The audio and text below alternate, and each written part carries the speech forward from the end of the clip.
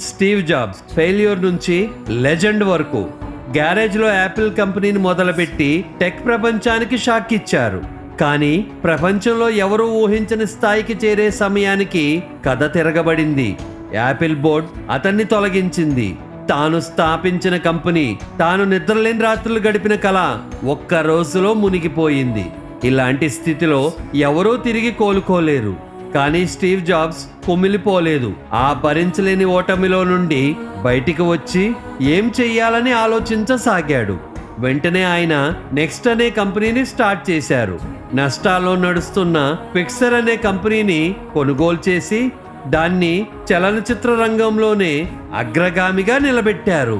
సమయంతో ఓడల రేవులవుతాయన్నట్లుగా సంక్షోభంలో ఉన్న యాపిల్ కంపెనీకి ఆ పరిస్థితి నుంచి బయటపడలేక అతన్ని కంపెనీకి పూర్వ వైభవం తీసుకురమ్మని అర్థించింది. స్టీవ్ జాబ్స్ యాపిల్కి తిరిగి వచ్చాడు. ఆయన రాకతో యాపిల్ మళ్ళీ తిరిగి చూడలేదు. అంతే, స్టీవ్ జాబ్స్ వరుసగా కొత్త ఆవిష్కరణలైన ఐమ్యాక్, ఐపాడ్, ఐఫోన్, ఐప్యాడ్లతో ప్రపంచాన్ని విస్మయానికి గురి చేశారు.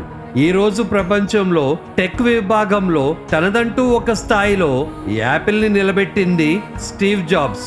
తన కంపెనీలో నుండి తొలగించబడిన వ్యక్తి ప్రపంచాన్ని మార్చే వ్యక్తిగా మారిపోయాడు. ఫెయిల్యూర్ స్టీవ్ జాబ్స్ని ఆపలేదు, అతన్ని మరింత పొదును పెట్టింది.